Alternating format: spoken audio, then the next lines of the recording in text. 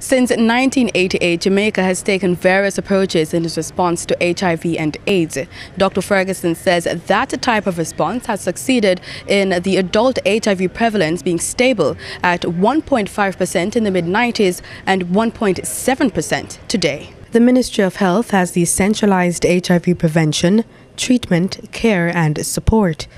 According to the minister, that initial approach has contributed to the country's successful response to the impact of the disease. If you look at our AIDS program rollout since 1988, we are way ahead of many countries in terms of our systems and infrastructure.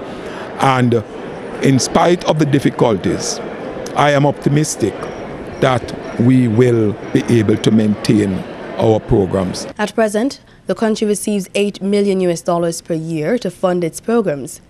Dr. Ferguson says we will only need $3 million come 2015 if the present funding is sustained. The move to make funding decisions based on limited criteria such as the World Bank country ranking without wider economic and potential impact assessments will be judged an error by history if it's allowed to stand.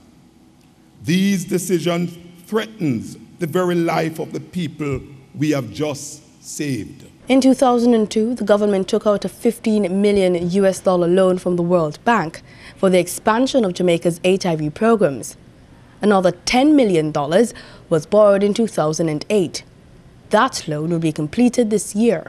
Dr. Ferguson says with the country's potential for funding dwindling, the government is moving to maximize its response with a more integrated approach. And part of that strategy is going to be the merger of the National Family Planning Board with the National AIDS Program.